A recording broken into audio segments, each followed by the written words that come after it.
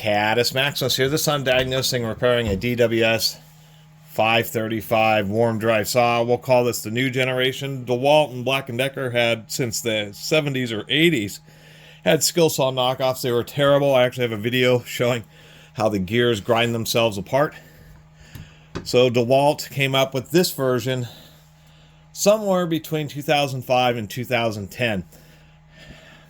I did want to mention real fast, or I did actually get this from JT. It's not TJ. Yeah, it is.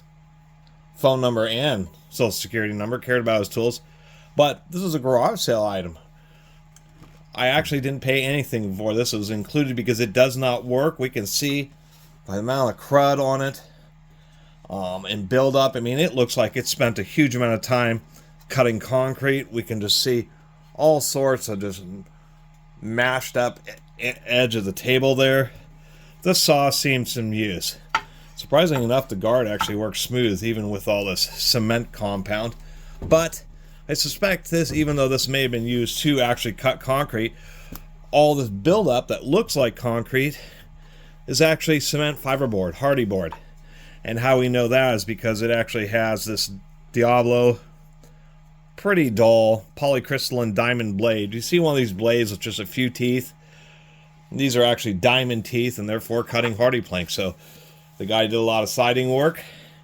This saw, if we take a look at its date, and I'm going to do a little gripe here because I've done a video about one of these, one of the few saws I've ever bought new. But if we can just, there we go, if we can just get, if I can zoom in, it's always awkward with these kind of tools trying to make videos because they're so darn big and heavy. So you'll just have to bear with me. There you go. You can see the date there, barely stamped in there, 2010. And the reason I'm bringing this up is because when I ordered mine, DWS 535, except for this one I got was the B, indicates an electric brake. And I finally figured out why. They're both type 1s, but this is one of those annoying situations where product's subject to change without notice.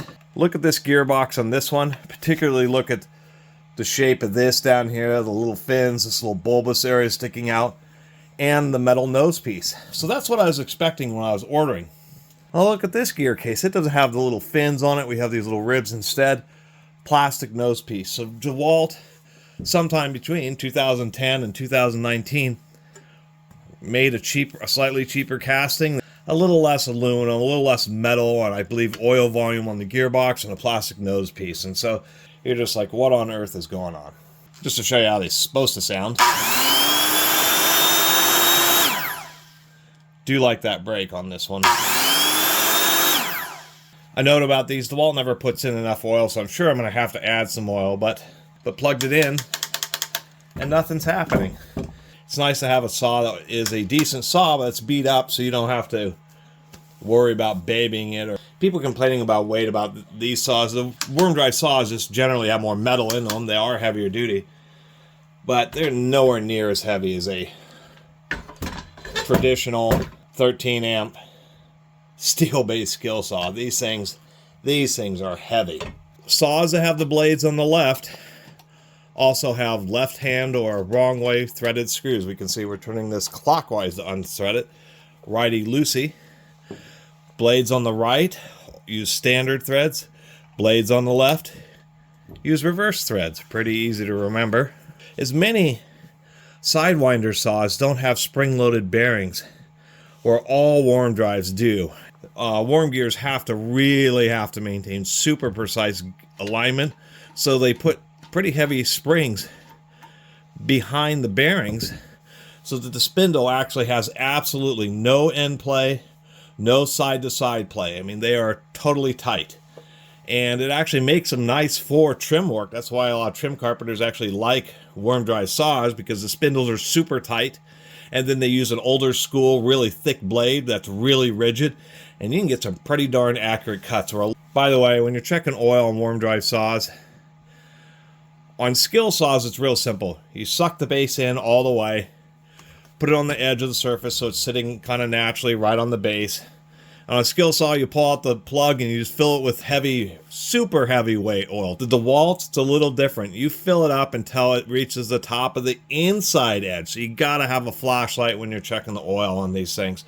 If you fill it up like a skill saw until it's running out, you'll actually have too much oil in there. It generates a lot of heat, and can end up blowing out the seals. I'm gonna check the brushes real fast to make sure they're not stuck or just worn out. Always use the biggest screwdriver you can on brush caps because they're a very brittle material, and so they can shatter easily. And when you tighten them back up, there ain't much brush left on that. The whole brush guide is just like packed with. The saw was just run until it stopped working with no maintenance. And surprisingly enough, I'm not exactly sure why, but whenever power brushes actually totally wear out, it's not quite symmetrical. A little wire brushing here, you know, blow them out real good. I'm just going to try swapping the brushes. Anyway, these are 7 by 17 millimeters, 7 millimeters thick by 17 millimeters wide. And these screws are tight in here. They have never been removed. And take the widest blade screwdriver you have, or even like a chisel, get it right in between the edge so you can hit it and kind of knock it apart like that. As they have this big rubberized strain relief with a cord pinch, it goes around a 90 degree, actually more than 90 degree, that's like a 120 degree angle, so it forms a hook, and it has a second cord pinch. It is true, the cord will probably tear in half right here before it actually ever pulls out of the tool. So I will give them credit for that. Well, we know we have continuity in the motor, so it's not burned out. And I'm seeing less than 1 ohm of resistance. So the motor is good. So we know the white wire is good. That's the wide prong, so that's the neutral. We'll do the hot. Of course, nothing on the white. And nothing on the black. So the hot wire has actually failed. So this is a 15 amp tool. You really need to use a 14 gauge power cable. So keep your old cord so you can measure the length. I know I'm using butt connectors, but they're offset. And they'll work in this situation for a saw. I use a proper crimper, as you can see. And oddly enough, on this strain pinch, this is a double-sided one. We can see it's taller on one side than the other. This is for the upper cord pinch, so this is actually handy because this cord that I'm using has really pretty tough insulation. One thing, anytime you're checking out of like a garage sale or these used saws, this blade, you can see it moves back and forth quite a bit. This had seen a hard life and the oil had not been checked, and so there was some wear on the worm gear. The saw certainly isn't worth buying new gears for, that's for sure. I have plenty of skill saws and that type of stuff.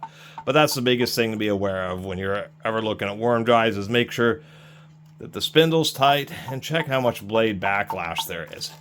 Anyway, that was indeed the issue. It was a bad power cord along with some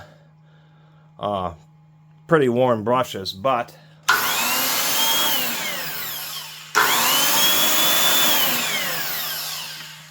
then it's just a beater. You can loan it to people, not worry about it a lot.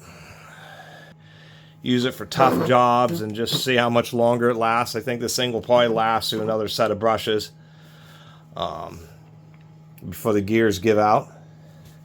And that's my little video.